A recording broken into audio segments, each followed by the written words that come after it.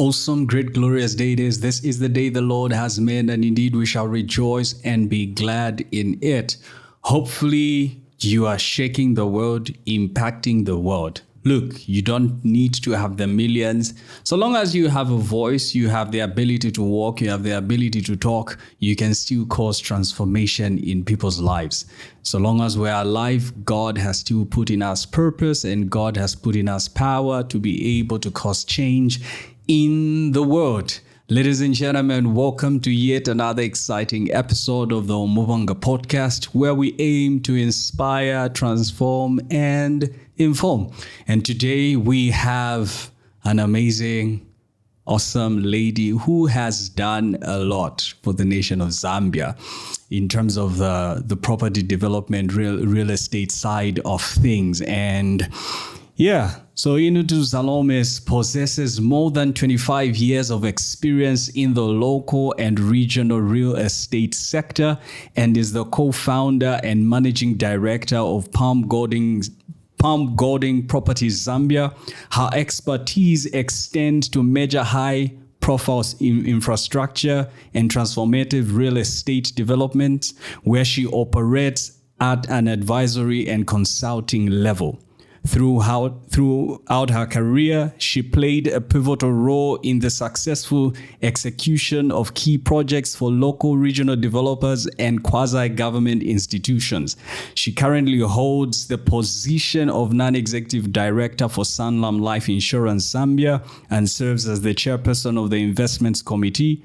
She was equally a founding member of the Zambia Green Building Council, a member of the Institute of Directors and the Surveyors Institute of Zambia, and is a contributor to Zambia's representation on the African platform, having recently taken on the role of chairperson for infrastructure for BRICS, Women Business Alliance Zambia chapter. She has mustered up a truckload of accomplishments, and she is here to take us with her on her journey to developing our sixth sense for success. Ladies and gentlemen, put your virtual hands together. You know, I always forget that we have a round of applause here. Yeah? So let's put a round of applause for the amazing, awesome Inutu Zaloumis. I like the virtual applause. Yeah, how are you? I'm good, thanks. And yourself? Very well, thanks. Good. Look, that was a mouthful. Like, this is deep. This is a lot. How does this feel? How does this make you feel, like this being read to you, you hearing it? I'm humbled. I'm actually humbled. And I consider myself very privileged to have been in the position that I'm in, to be in the position that I'm in. It's a blessing from God, to be able to work the way I've worked. If you had asked me when I was 15, 16, is this the life that you thought you'd have? No. I would not have told you that. I would have thought otherwise.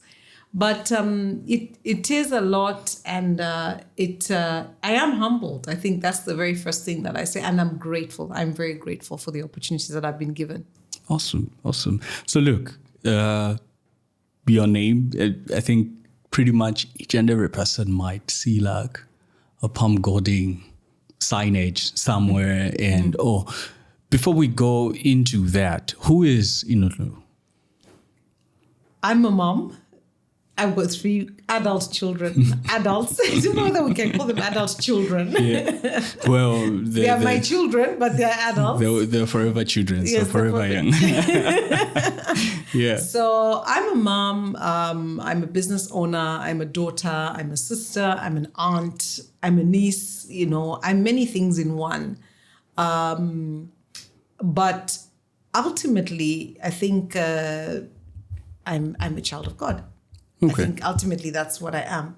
We come on earth to serve various purposes. We wear various different hats, but we are the same person in whichever circumstance we're put in. Mm-hmm. So I do wear several hats. So Inutu is, yes, I am the managing director of Palm Golding, but I am a daughter, I'm a sister, as I said, I'm a mother. I also wear several hats beyond that. And to define me by that alone would not be fair. Yeah.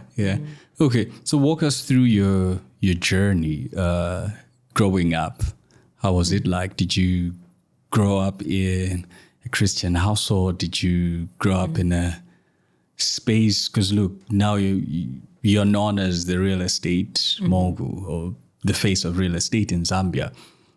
Was that from the beginning? Was that so? Not really. When I grew up, yes, in a Christian home. My mother and father, we were an average Zambian family. My father was initially a businessman. He was a transporter and had butcheries as well. So he was in the meat business and he was in the transport business. My mother worked for before it was ZCCM, it was RCM, and Anglo American. She worked there. They both went to university and studied social work first, and then they both went back and studied law. So I had two parents who were lawyers in the house. I have an older brother and a younger sister. So growing up in the 70s, early, late 70s into the 80s, I think we all experienced more or less the same type of lifestyle. You'd walk down the road to the neighbors and play with the neighbors' kids during the school holidays, and then come back home just before time to take a bath, have your 4:00 tea, and watch the first few cartoons that appeared on TV. Before ZNBC closes. Yes, exactly. And we went through the same disciplinary stuff that every child goes through in Zambia. Which most children go through. So we were a middle income family. My parents were hardworking, both of them. My dad has since passed on. My mom is still alive, but they are very hardworking, and that's what really came out of us as children, is that we needed to be hardworking and disciplined. That was my father and mother were strict parents, but strict in a way, not harsh, but strict in a way that there's consequences to every action. To every action. You're not going to get away with things. That's not how life works. You have to be disciplined and you have to be hardworking. But at the same time, your hard work, discipline, integrity, and honesty are the key things the value system that I grew up with, is that one, don't be afraid to speak up. Know your truth. But speak with integrity and honesty, and respect. Respect your elders, respect your peers, respect people younger than you. So it was that kind of environment. It is a mixed race environment. My mother is Black, my father is mixed race. So that added a twist to things as well, because to some extent, my dad was liberal in certain things. My mom wasn't. And then it turned around. My mom was liberal and my dad was strict. So, but a very balanced, loving home, loving childhood. We went to church every Sunday. It wasn't. We were not allowed not to go to church. It was not an option. Okay. So, in terms of school, did you envision what you are now, or what was your journey in terms of school? What did you pursue? So I went to Nkwazi, then I went to Mpelembe, then before I went to Copperbelt University, I went to University of Zambia. Because when I was at Mpelembe being a sciences school, and I was an A student, I fancied myself a medical doctor. Okay. Yes. So that's what I really want. I wanted to be a medical doctor. And I really believed I would be a very good medical doctor. The interesting thing with what happened is that my mom kept on telling me that, look, when I look at your personality and your goals and what you discuss, I don't think medicine is the path for you. You're very entrepreneurial. So I think, medicine is not really where you should be going. And I said, no, I really want to do it. She took me to UTH. She took me to the emergency and casualty side, and I was like, "Whoa, what's this?" After you saw, though, you're just like, no. On second thought, I was like, "Is this it?" But she went further. I mean, I met with the late Professor Katema, who was running UTH at the time, and he took me through the journey of what it was to become a medical doctor. He said, "Look, this is what your life is going to be like." And I asked him, I said, "At what point am I going to make money?" And he goes, "Well, it's going to take you a very long time." So, coming back in the car, then he asked me what I wanted to do. I said, I wanted to do pediatrics because I absolutely love children. So he said to me, babies will die. And how will you take that? Because it really crushes you even when a big person dies. Yeah. And you as a doctor have probably done your very best and there's nothing you can do and there's an innocent child. Think about how that would make you feel. And the parents, he says, maybe the parents blame you for the child's death. How would that make you feel? And I really started thinking about it differently because, there's in our society, there's this prestige. I'm not saying that it is not a prestigious thing. It's actually a vocation and it's a calling. I do believe to become a doctor. It's a vocation and a calling. Yeah, it's more of a calling. Yes, more of a calling, So when I sat back and I thought about it, I thought about where I wanted to go in life and whether that aligned with where I wanted to go. And it didn't. And I said, you know what? Yes, and as much as I would have loved to be Dr. Zaloumis, I don't have to be Dr. Zaloumis in medicine. And I love children and I can help children in other ways. It doesn't necessarily have to be in that line. So after this consultation, with my mom and dad, talking to them, I then, my late uncle was former dean of the School of Business at Kaumbe University. Yep. So I spoke with him and talked to him about what I should do. I consulted with actually quite a wide range of people, whether I should do economics, whether I should do business administration. I talked about different things. Even in the sciences, maybe I should pursue something else. Should I do engineering? You start now exploring the different options. And at the end of the day, after having all of those discussions, I thought, you know what? Let me actually pursue a degree in business administration. Okay. Because that way, a degree in business administration will give me a very broad aspect of everything. And then I can specialize at a master's level. So that's what I did. So I went, my parents did not allow me to withdraw from UNZA. I begged them. I said, please, could I just withdraw since we've decided and I've put in my application at CBO and I've been accepted. And they said, no, see the year through. It was very tough to study. So you had to do a whole year? Yes, I had to finish. I had to finish the whole academic year despite being accepted at Kaumbe University. Maybe they were thinking, maybe just in case you might want to come back again. No, it was, what are you going to do? So it meant that if you're not at UNZA, then you just be at home because you couldn't. Be at home, yes, okay. Yes. So I went to Kaumbe University. And whilst I was there, I had actually applied to the US for university. Yep. I was accepted at Brown and Boston University and University of North Carolina. And now you're looking for scholarship because at that age, you're very excited about going to the US. So I was hunting around for a scholarship because at that time, things were what they were. But Meridian Bank then, who were meant to sponsor me there, decided to sponsor me in Zambia. And I'm grateful for that because the bank closed when I was in my third year. So Why are you grateful? No, because if it had closed whilst I was in the US and they were my sponsors, I would have been stuck. Stranded. I would have been stranded. Okay. I would have literally been stranded. I thought maybe it was like a student loan arrangement. No. Yeah. So I would have been stuck. Yeah. Yeah. So I finished at Kaumbe University and I tell you, I thoroughly enjoyed my degree. I enjoyed learning. I enjoyed everything. I mean, I enjoyed everything about my course. There are things today that I can still remember from campus in terms of my learnings. Yeah. Would I have loved to go to the US? Of course, and go to Boston University and come back with a degree. Yes, I would have loved to have done that. But, life deals you a hand and you accept that. And when that comes your way, there's a reason. And you don't see it necessarily there and then. It's only later on when you see it. Yes. Yep. So that was my journey. I did my degree, came out of university, finished.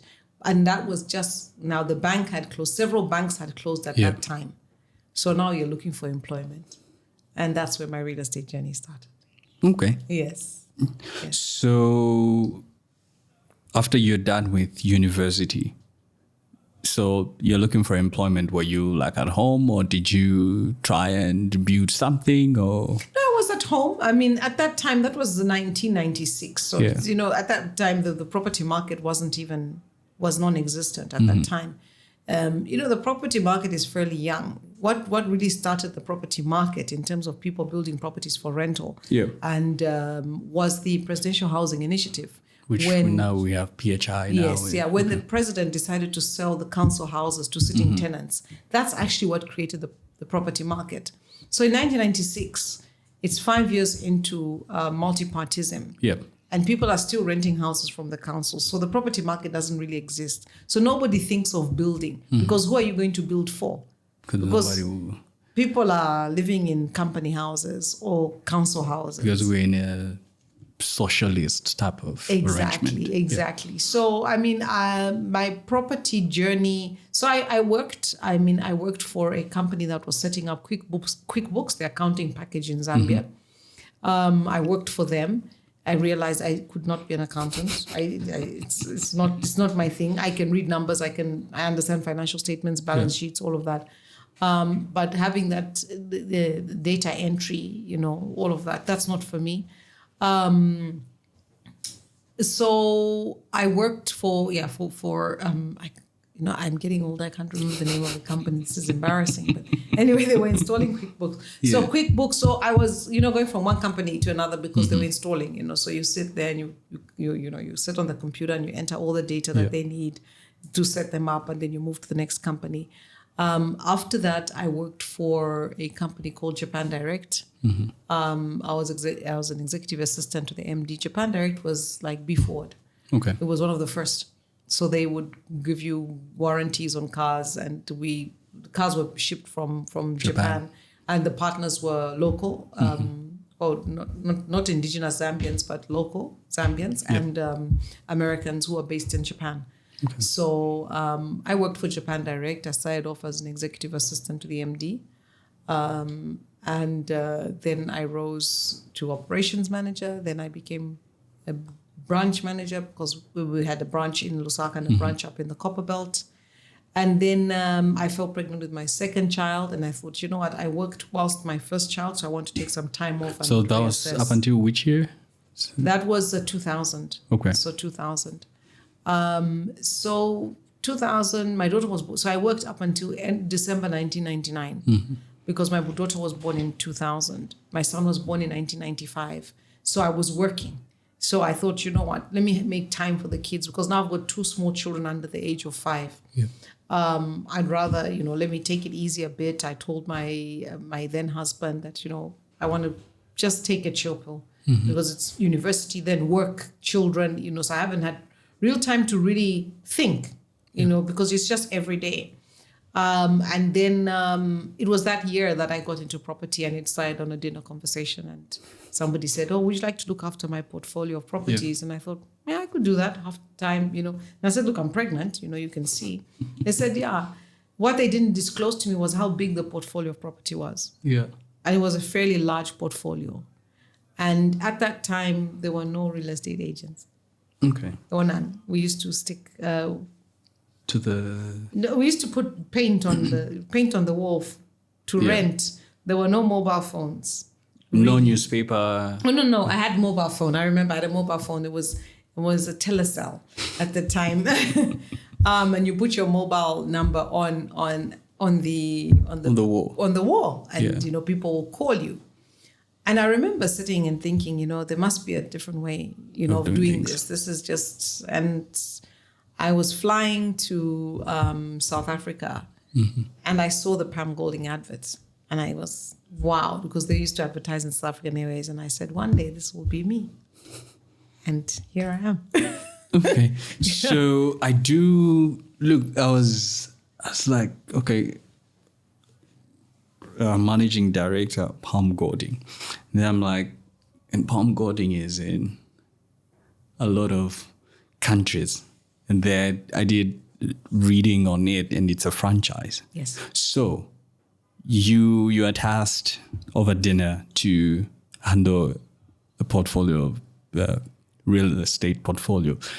And at what point did you decide to say, let me buy this franchise instead of establishing, say, your own from the ground? So actually that came from advice, because that was the original plan. The original plan was to actually establish. I'm because of the length of the interview. I mean, I'm basically giving you snippets. We have like 40 minutes. Okay, all right. So what happened was, so I'm looking after this portfolio of property, but because I have a business degree, I approach it very differently. I approach it scientifically. Is the asset performing?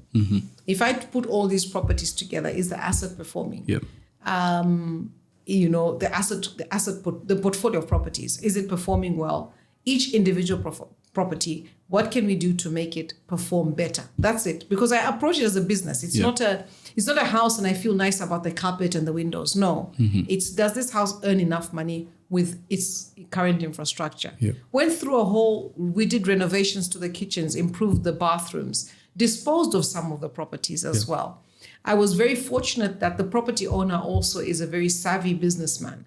So he was looking at it from a very interesting perspective to divest out of Zambia to invest in South Africa at the time. And that's how the whole Palm Golding, you know, now I started looking at properties in South Africa. So after that experience, I decided that I wanted to work for, then some real estate brokerage companies opened up. There was Desres and there was HomeNet that opened up at the time. And property, what was it called? Property World, I think Property World or something like that. Yeah, Property World. So I think Property World and HomeNet were Desres were the first ones. And then I think HomeNet came into the picture as well. And I went to work at Desres. So I managed Desres because I wanted to understand what it would be like to run a real estate brokerage services company. So I went there for experience. I worked there for a few years. Did great things. Learned how to manage a bigger team. So from managing a team of, when you are managing a portfolio of properties, you're managing maintenance people. You know. So and you're dealing with tax issues.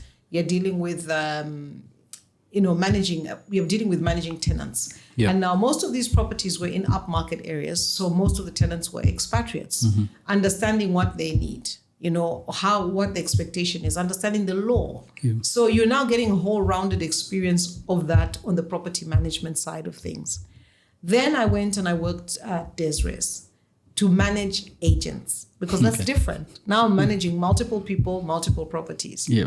And it was a wonderful time as well at Desres. I left Desres to join joined the fast food industry, which what was Steers, Debonair's and Blockbusters, and ran that franchise for a bit. You know, I felt that I needed a slight change of scene. But throughout my time at Steers and Debonair's and Blockbusters, I was general manager for the franchisor. I missed real estate very much. I really missed it. I really absolutely missed it. And I thought I need to go back. But this time I'm going to go back in a different form. So I wanted to work with a commercial real estate developer. I didn't want, because I had the residential experience working with agency. So this is part of it's like a path. So I work with agency. I work with a franchise, because I want to understand how a franchise works. Then I go and work with a property developer. So when I told them, I said, I want to set up my own real estate company. The reason I'm coming to work for you is I want to see property from your lens as a property developer, as a property development company. What do you look for in a real estate broker, so that I can provide the best service? Because I'm looking at it through their lens, through the customer's lens. So I worked with the property development company, and one of the partners in the property development company is Mark O'Donnell. And that property development company no longer exists. I mean, they developed some assets and now they've sold, and you know it no longer exists. And he told me about the importance of a franchise. He said that, look, you can go and start Inutu Zaloumis properties, but it's going to be a long road to success. Or you can get a franchise, and the benefits of getting a franchise, the systems that are in place, the brand, leveraging of that. So we started having discussions with the other partners in the property development company to come in and set up this what you call Pam Golding. Hence the reason of being co-founder.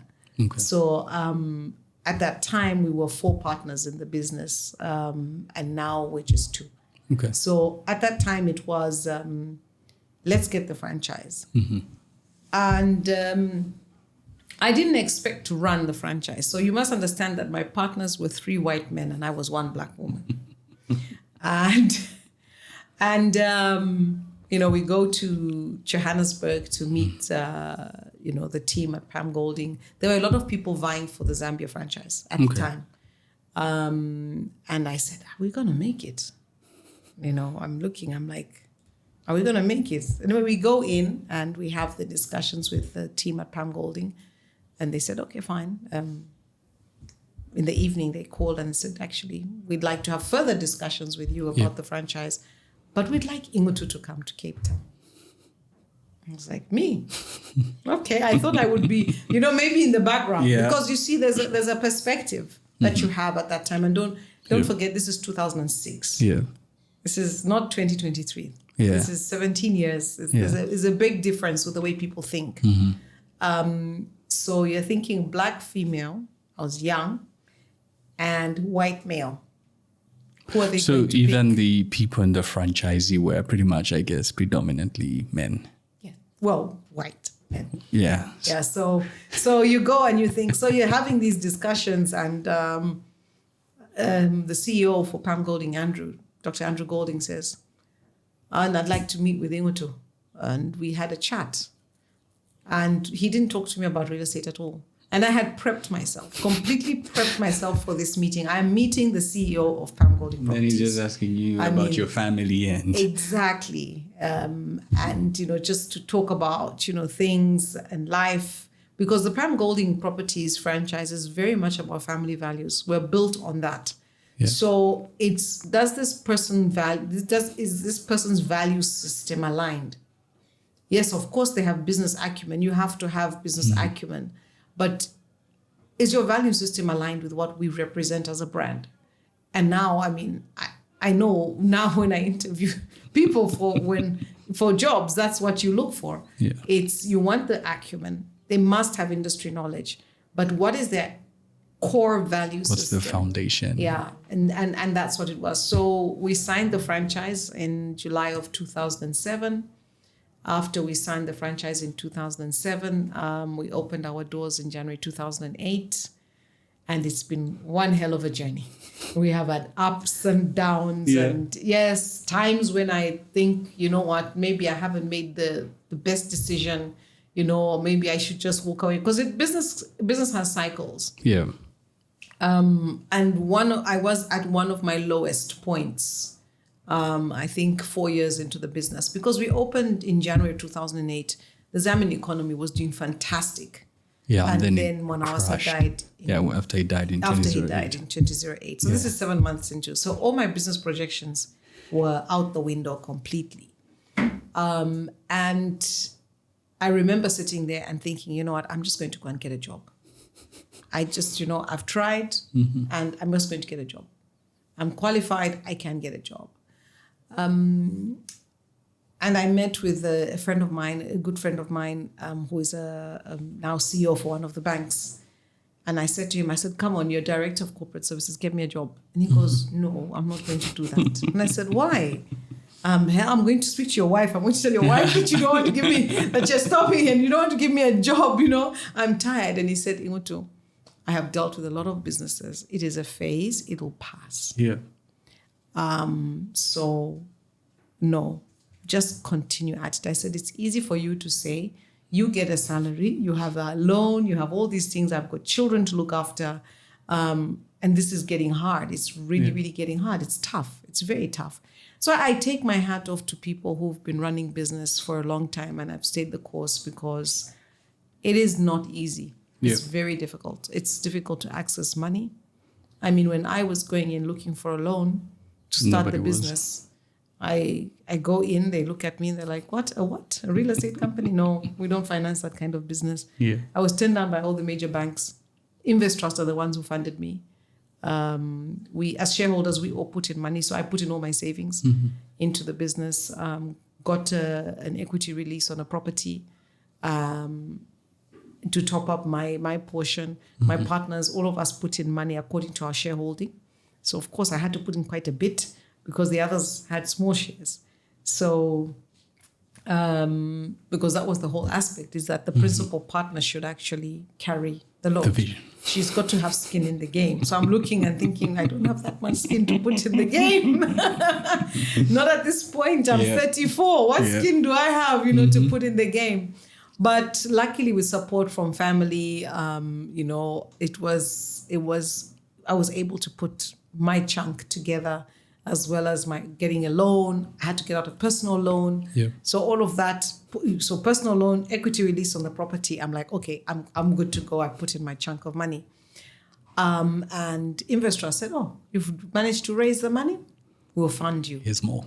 Because we had a deficit and they funded us. And I'm very proud to say that we paid off that loan. It was a 5-year loan. We paid it off in 3 years because I just did not sleep. And then when I went through that very bad slump, I had to get an overdraft from the bank. I got an overdraft from the bank for 18 months. I paid it off in 12 months. I don't like bank debt. But that's the only way you can actually grow. You can only grow with debt. You can't grow without it. True. There are people who have grown, but the journey just takes much longer. To grow. So Pam Golding in 2008, and we've had ups and downs. I think our last year was a very tough year. Talking to people in the business sector across, it doesn't matter who you speak to. For us, last year was the worst year since we started in 2008. Last year was the worst. I thought I was reaching the end of my tether. It's just the worst year ever. I'm hopeful that this year will be a better year. Yeah. Yeah. Awesome. So, look, you went into it just for the sake of real estate, and then now it went into developing. How was the journey now venturing into these bigger projects? Because I saw that you worked on the Makeni Mall, the Woodlands Mall, the Kablonga Mall, like all these different properties which people see and pass, just like, oh, Zambia is just full of malls now. Yes. So how was the journey going into that? So I'm thankful for my experience of working with a property developer because the first project I worked on was Falls Park in Livingston. Yeah. And I nearly got fired the first week of work. Isn't it the only mall still? No, there's the ShopRite one. That's the other one. Oh, okay. So the first time we went, I said, I don't think this mall's going to work. And I nearly got fired for that because I voiced my opinion. Yeah. But I realized that what I actually do is study people. So I instinctively, when I go into an area, I will look around and see how many households there are. It just happens. I'll look at how many households there are, where the filling station is, how long does it take for somebody to reach. So if it's a shopping center. So I've done different shopping centers. I've done, residential developments and things. So I'll look at the behavior of people. Because when you understand the behavior of people and the aspirations of people, then you can develop a real estate product that works for people. Yeah. You have to understand all of that and affordability. So you need to know what type of mall to build where. If you're building a shopping center, if you're building houses, what size of house to build where. If you're building an office block, how do people get to work? Because, one of the key things that we'll look at is, so I look at people. So if you put me in a shopping center, I'll sit there and I say, oh, have you seen how many plastic bags that person is carrying? You'll be looking at me like, why are you looking at the number of plastic bags? Because it will tell me how the tenants in the mall are performing. So if you go into a mall and people have one plastic bag each, then the tenants are not doing very well. Yeah. So my first project was Woodlands Mall. Stood there and I was like, this is perfect for a mall. It's perfect. It's just... What was there before the mall? Were they just houses? Or? No, it used to be a restaurant. It was Woodpecker's Restaurant. Okay. Yeah.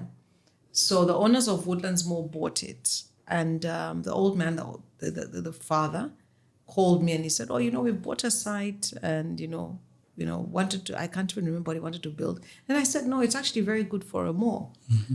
And he said, really? I said, yeah, it's good for a mall. And the conversation ended there. I didn't pitch my services. Yeah. I just said, no, I think it's good for a mall because it's at a roundabout visibility. Mm-hmm. You can see access from everywhere, but we've got the shops this side.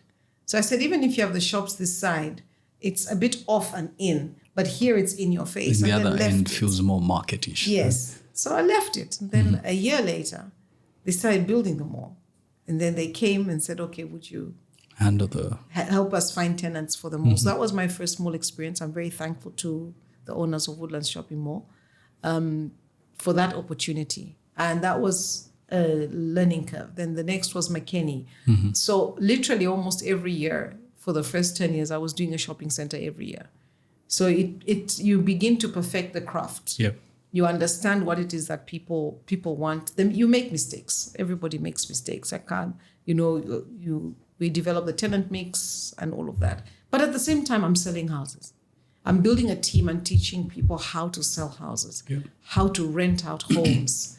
When people want to buy land, what kind of questions do you ask them? Because sometimes people come and say, I want to buy a piece of land. And then you say, okay, where? And they tell you where.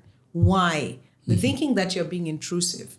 But we need to understand your why so we give you the best solution, whether it's buying a house, renting a house, office, all of those things. Yeah. So we ask very deep questions.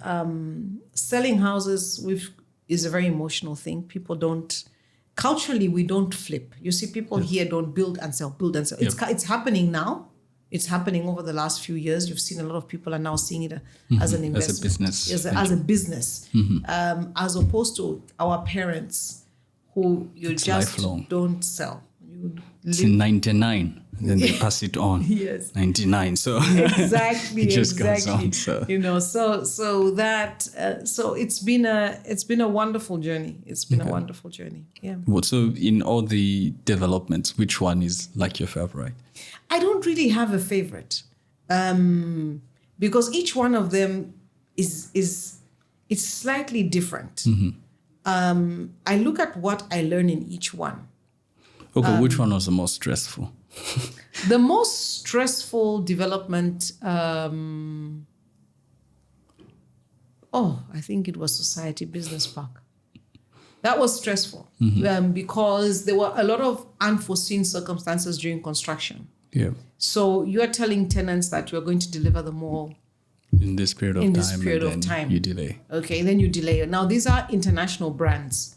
So they're telling you, but we've already received budget approval for next year.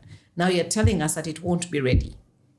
Okay, no, it won't be ready because we found excessive rock, because, the basement car park. So that was a very stressful one, to be able to manage international tenants, because we had a lot of international tenants. And it was also sad because we also lost a lot of international tenants. Was it after the whole cracking situation? No, it's way before, way before. This is at construction. Okay. So that one was that was a very stressful one. Yeah. Also, I mean, almost every project that is that is of that scale, I'm the only woman at the table. So that in itself causes a level. In the beginning, it used to cause a level of stress. Yeah. Because you're like, okay, I'm the only woman around the table. I'm probably the youngest. So people look at me a certain way. But I got over that. I mean, I said, you know your stuff. Yep. So you don't have to worry about that. And, having strong parents, they tell you that, you speak your truth and, don't just say it like it is. Call it what it is. And so I learned to be able to stand up and speak and say, no, I don't think this can work. Okay. And people look and say, why? And you're dealing with engineers, you're dealing with architects, you're dealing with contractors. whether it's a residential development or a retail or commercial development, I tell them the same thing. We get to speak to the people who occupy this. Yeah. You don't. You build it, but you see it where it ends. For us, that's when the life actually of the building begins. Yes. Okay. So your business is growing. You decide to leave and go to Kenya. Yes. And be managing director of another development. Yes. So part of the trajectory for growth. If you look at it, think about how people take a sabbatical. You know, people will go and say, I'm taking a sabbatical for a year. Yeah. I want to just go and rethink, you know. I don't have the luxury of a sabbatical. But what I can do is leverage off my skill set. Yeah. So the opportunity came. I didn't apply for a job. I was not looking for anything. And they came forward and said, you know, the first time I said no, I said, no. I said, I'm my own boss. What, I'm now going to have a boss, you know? But it was a very good experience because I realized that I needed to gain some regional experience. I needed to understand how other regions work. And so I hired a general manager. I said, look, I have the comfort of owning the business, so I can actually hire a general manager who can run the business for me whilst I'm in Kenya. So I hired a general manager. She was running the business. I was in Kenya, but I was working 2 jobs because I was still actively involved in Zambia, you know, because you're running a business, you can't leave it. Kenya was a big development. Two Rivers is huge. I mean, it's a $230 million project. It's big. It's not small. But it's one of the shareholders is a public listed company. So you get to understand the corporate governance things. So those are the things for me that I wanted to learn. And then the different ways of structuring real estate development, which I learned whilst I was there. Also, bringing my skill set from Zambia to be able to commercialize something is in itself. I said, you know what, I must have done something right for them to pick up the phone and call. So I went to Kenya. I enjoyed my time in Kenya. I came back. I came back because my manager passed on, unfortunately. So I had to make a decision at that point in time. Do I come back and run Pam Golding or do I hire another manager? And I made the decision to come back. So the previous manager you had was somebody who had grown in the organization? In fact, she hadn't grown in my organization. Okay. She was an external hire. Yeah, she was an external hire. But may her soul rest in peace. And she did well. Okay. So of course you come back. What was now the experience? You've gained that. You were in a bigger market, I think a more advanced real estate market. Yes. Then now you come back. What were some of the things which you worked on to say, hey, we need to do this differently to just make sure that you separate yourself? Because I still know that you're pretty much still leading the biggest real estate company. So I learned about speed. In Kenya, you've got to be quick. Yeah. You can't be slow. You can't be slow because every deal is money on the table. So I learned about speed. Yeah. Efficiency, innovation, you know, those are the things that it's not that they're not there, but it's not that they're not there in Zambia. They're there, but I had to push. So I started pushing my team further to say, no, we can actually do this. Let's not. So I had a mindset shift when I came back from Kenya. And the whole idea was to also shift the mindset of the people in the office. That will also shift the mindset of people now looking to buy real estate. So if we provide a superior service and somebody walks in and this is an excellent service, they'll come back and they'll say that is the real estate company to use. So to be the best is what we want. We always aim to be the best. So even when we are looking to hire, I take what I learned from Kenya, a high performance culture, and I bring it into the business. But high performance culture, that's what I came in 2019, 22. During COVID, we did fantastically. People were complaining about business. We were just crushing it because we were like, it doesn't matter if there's COVID, we're going to do very well. But then, every business goes through an evolution. And that's what we have gone through in 2023 is an evolution. Okay. The digital era is real. So we are now very much looking at how we can leverage off that on the digital side. So we have a very young team this time. I am the oldest in the office. I feel old. I've had 2 of my children join the business. Awesome. After they were both in Canada at school. My son worked there, and my daughter, she finished university, she came back. And they've joined the business. And the mandate with them and the rest of the management team is to take it to the next level. Okay. So I am more of a supervisor. So I'm the supervisor in the office. I'm a supervisor. Now they're just like, oh, we need your help. Can you just be the face on this TikTok video? No. The young guys will do the TikToks. Okay. Yeah. Awesome. Look, you've gone around different nations, different spaces. So what's the state of the real estate market in Zambia? Is there still, because look, when you go around, if you leave Lusaka for like 3 months, the next time you come back, there's like a whole, like there used to be a house here. Now there's a whole tall building, the office space. Is there like massive development? Is it something which when you started in 2008, is it something now you're like, oh, it's actually coming to fruition? Yes. I think it's one of the things that you see is that the real estate market has changed tremendously. Even when you look at Lusaka, look at pictures of Lusaka in 2008 and look at it today. Yeah. It's a bustling city. It's a growing city. The quality of construction has made leaps and bounds. You go to people's homes.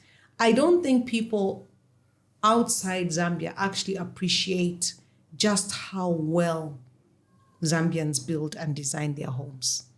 Whether it's for rent, whether it's for personal occupation, I have seen fantastic homes, amazing homes that are comparable to the stuff that you see in the US, the stuff that you see in South Africa.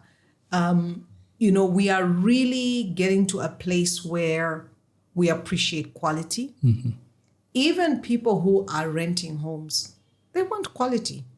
Gone are the days where you would accept your landlord giving you anything. Yeah. So what I've seen, the evolution of the market has been one where we have grown tremendously, and we will continue to grow, because one of the things that Zambians are is that we have very high standards. Yep. We've got very high personal standards when it comes to our living environment.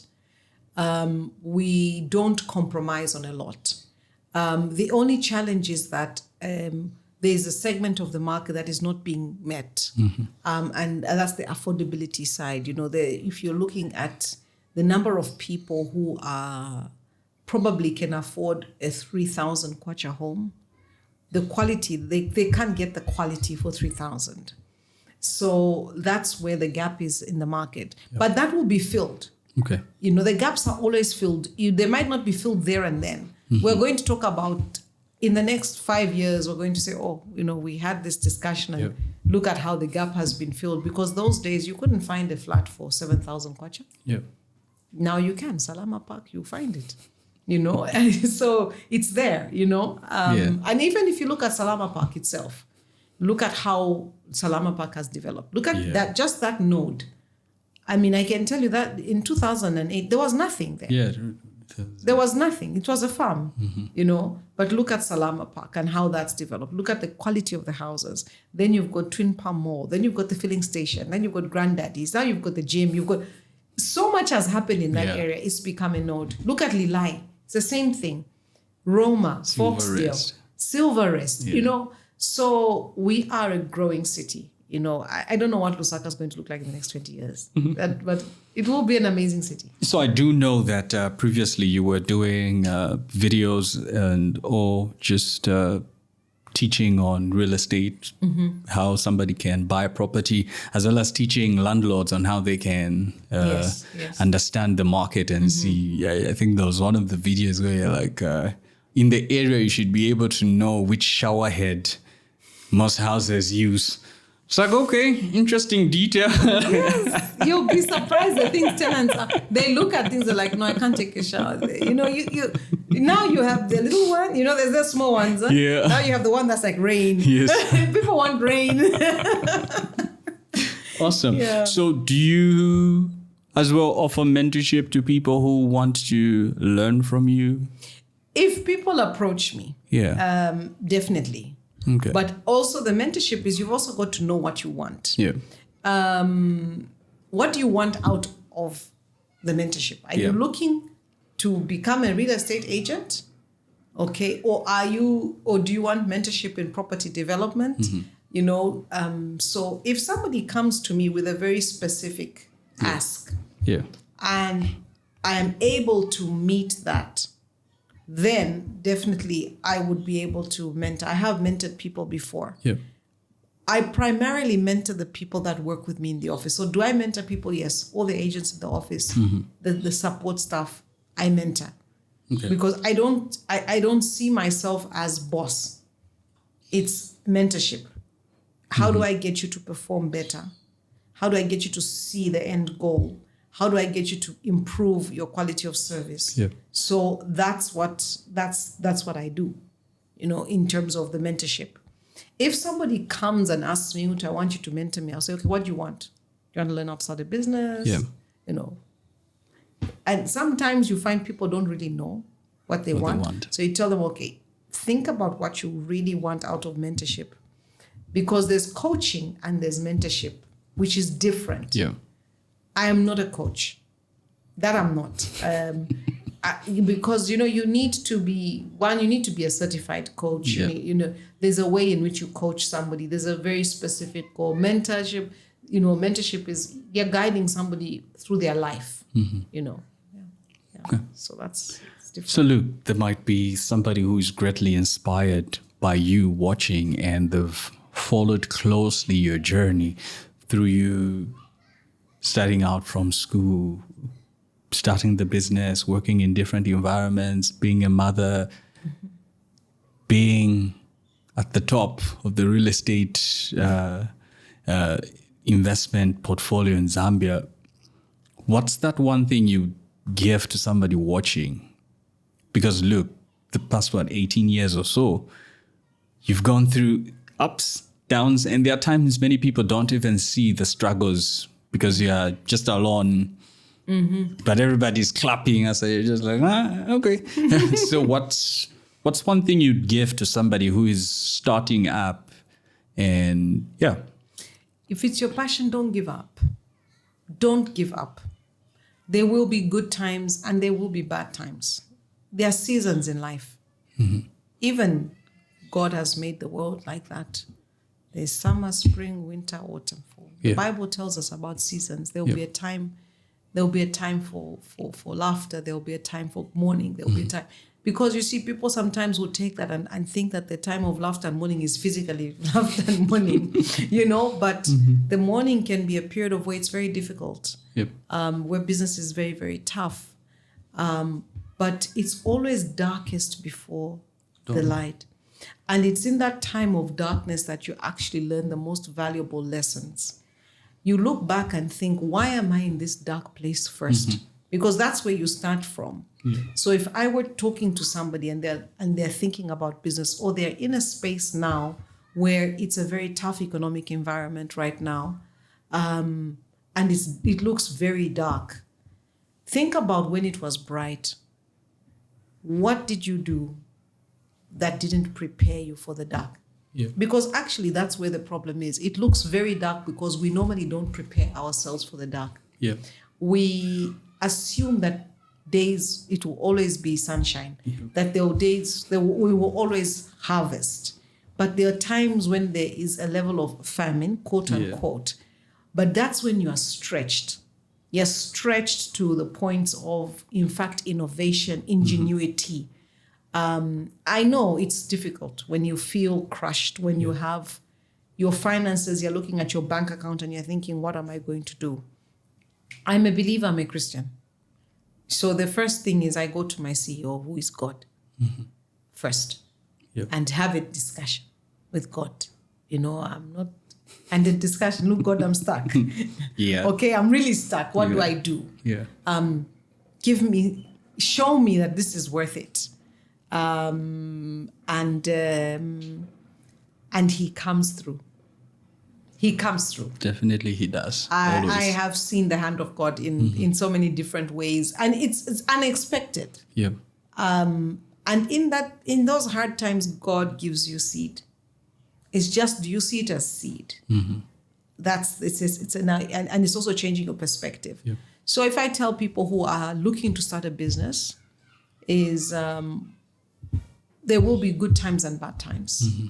Mm-hmm. It's to prepare for the bad times. And these are from lessons I've learned myself, not being adequately prepared for the bad times. Yeah. Because yes, I have made mistakes. That's the truth. I've made mistakes. Mm-hmm. I've made decisions that were not necessarily the best. Because I didn't think of if this happened, what would happen. Mm-hmm. That's what I would tell people, resilience. But if you have passion for something, that's your gift. If you do it naturally without effort, it's effortless. That's where you will flow, and you just be resilient during the hard times, and always give yourself a pat on the back. Awesome. Yeah. Blow your own trumpet. Encourage yourself even. Yes, you have to encourage yourself. You get up and you say, I can do this. Mm-hmm. It might look hard. It might look tough right now, but it's not going to last forever. Nothing lasts forever. Awesome. I know my producer will kill me, but I'll throw in this question. If I wasn't going to ask it, are you related to the Z farmer? That's my young sister. Yes. Okay. Yes, okay. That's my young sister. Okay, So that's all. So I just needed to make sure that I covered that question since he threw it in. So yes, no, that's my younger sister, Z farmer Maria. Mm-hmm. Yeah, she's I'm smiling because we are thick as thieves. Yeah. Yes. Awesome. Yeah. Awesome. It's been a very insightful conversation. I've greatly enjoyed. And I think when I was preparing, of course, that's why I asked you haven't done any podcast interview, because I think the longest interview I found was at the radio station in Kenya where you're being interviewed. And yes. Awesome. Yes. Awesome. So I think I think my personality, because I'm a bit of an introvert, so it's a bit. Okay. Not I'm a bit of. I am an introvert. But extroverted to the people you're close with. Yeah. Maybe. Yeah. Yes, I think so. Yeah. Introverts naturally they have people that they gravitate towards that bring out that. But I love my own company. I love my quiet time. I like my solitude. I love that. That's my recharge time. Yeah. Awesome. And then my producer, he was like, you started doing a whole, every Tuesday you're mentioning, giving a shout out to an organization or something. Oh, yes. So what I started today, and it's been on my heart to do this. Yeah. You see, sometimes we're very centered around marketing ourselves. Mm-hmm. So every Tuesday on my WhatsApp status, I am recommending a business. Okay. So I'm recommending a business that I feel, what can I do to help? Yep. Because people have recommended me to others. They'll say, phoning on to show help you out. I've gotten business out of recommendations. Yeah. So I think it's payback. So every Tuesday, I recommend a business. Awesome. I put it on my WhatsApp status. So if you have, my cell phone number is public knowledge. It's not hidden. It's on the website. So it's not private.